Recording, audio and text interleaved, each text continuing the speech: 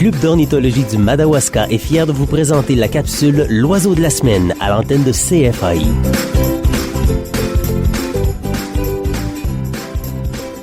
Bonjour, je suis Francine Bérubé du Club d'ornithologie du Madawaska.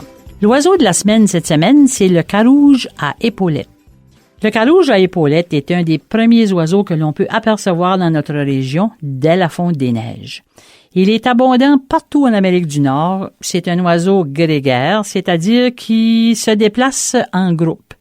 On le reconnaît par sa couleur noire sur l'ensemble de son corps, son bec noir, mais surtout par ses épaulettes rouges bordées d'une frange de couleur chamois.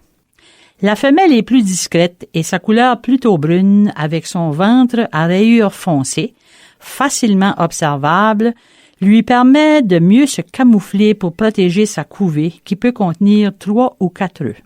Son bec est très pointu.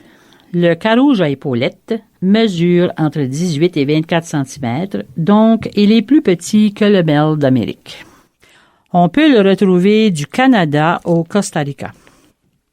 On le retrouve particulièrement dans des endroits ouverts sur le bord des routes, dans les champs ou dans les zones humides, les marais et les prairies.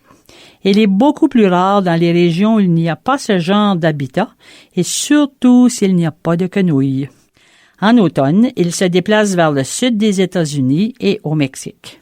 Il se nourrit d'insectes, de grains, de petits fruits, de restes de récolte et souvent il est perçu comme un ravageur.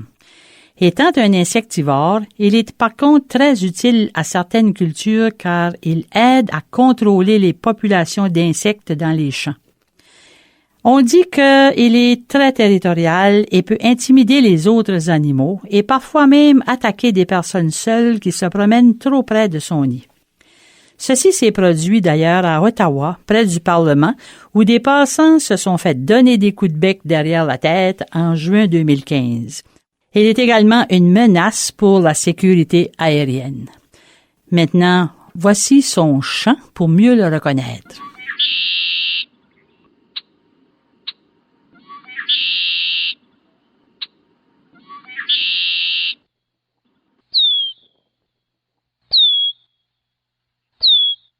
Pour plus de renseignements sur cet oiseau ou pour réécouter cette capsule, rendez-vous sur la page Facebook Club d'ornithologie du Madawaska.